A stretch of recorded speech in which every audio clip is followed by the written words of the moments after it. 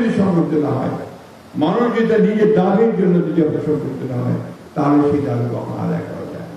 আজকে মৌলানা ভাসানী সেই ফারাক্কা মিছিলের মধ্য দিয়ে সেদিন মানুষগুলোকে সংগঠিত করেছিলেন, যার ফলে শহীদ জিয়াউর পক্ষে সম্ভব হয়েছিল একটি চুক্তি বাস্তবায়ন করা।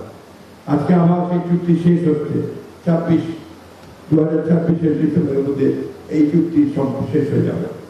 এখন প্রশ্ন এসছে, যে কথা নিশ্চিত করলেন, যে এই চুক্তি যদি এক্সটেনশন না হয়, তো পানি আসার ব্যাপারটা নিশ্চিত না হয়, তাহলে আমরা যে কাজটি এই সরকার করতে যাচ্ছেন, আমি ধন্যবাদ দিই আমাদের প্রধানমন্ত্রী জনাব তারেক রহমান সাহেবকে, যে অত্যন্ত দ্রুততার সঙ্গে তার নির্দেশে আজকে পদ্মা ব্যারেজ আপনারা যাই বলেন সেইটা একটা নির্মিত হওয়ার সিদ্ধান্ত ইতিমধ্যে নিয়ে নেওয়া হয়েছে।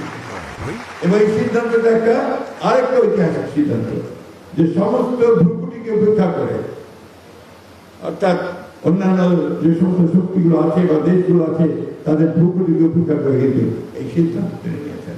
অর্থাৎ তার দেশপ্রেম এমন এক পর্যায়ে আছে যে সেই সবগুলোকে তিনি কখনো আমলে নিচ্ছেন না, দেশের জন্য কাজ করছেন।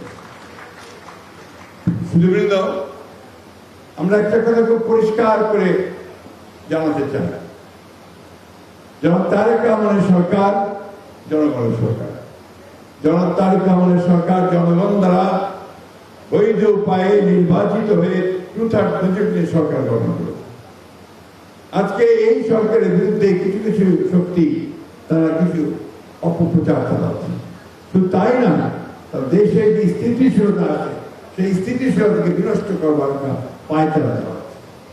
এই সম্পর্কে আমাদের বাংলাদেশের স্বাধীনতা বিশ্বাস করি, গণতন্ত্রে বিশ্বাস করি, তাদেরকে আমাদেরকে অনেক বেশি সজাগ হতে হবে, এবং শুধু সজাগ নয়, আমাদেরকে সংগঠিত হতে হবে, যাতে কোনো রকম চক্রান্ত আমাদের জনগণের আশঙ্কা পরিপূর্ণ করবার জন্য যে সরকার যা রয়েছে তাকে স্থিতিশীলতা বিনষ্ট করতে না পারে। আমি গতকাল এই জন্য বলছি, গতকাল আমরা দেখলাম যে কয়েকজন নেতা তারা বিভিন্নভাবে এই সরকারের বিরুদ্ধে কথা বলছে এবং আমাদের স্থিতিশীলতা বিনষ্ট করবার চেষ্টা করছে। আমরা আজকে এই আলোচনা সভার মধ্য দিয়ে এই স্পষ্ট কথা বলতে চাই সকলকে, যে বাংলাদেশের জনগণ যারা বুকে রক্ত দিয়ে যারা গণতন্ত্রকে অর্জন করেছে, তারা কখনোই কোনোভাবেই কোন রকম চক্রান্ত ষড়যন্ত্রকে এখানে মাথা তুলে দাঁড়াতে দেবে না।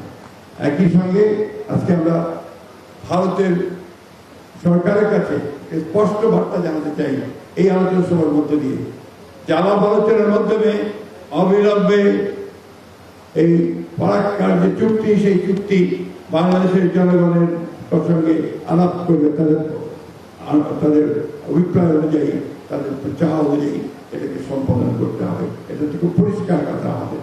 অন্যথায় যে কথাটা অনেকেই বলেছেন, যে ভারতের সঙ্গে যে সুসম্পর্ক স্থাপিত হওয়া সুযোগ এসেছে, সেটা নির্ভর করবে ভারতের এই গঙ্গা চুক্তি বা ফারাক্কা চুক্তি সম্পাদনের উপর। এ কথা বিশ্বাস করি, সেই আহ্বান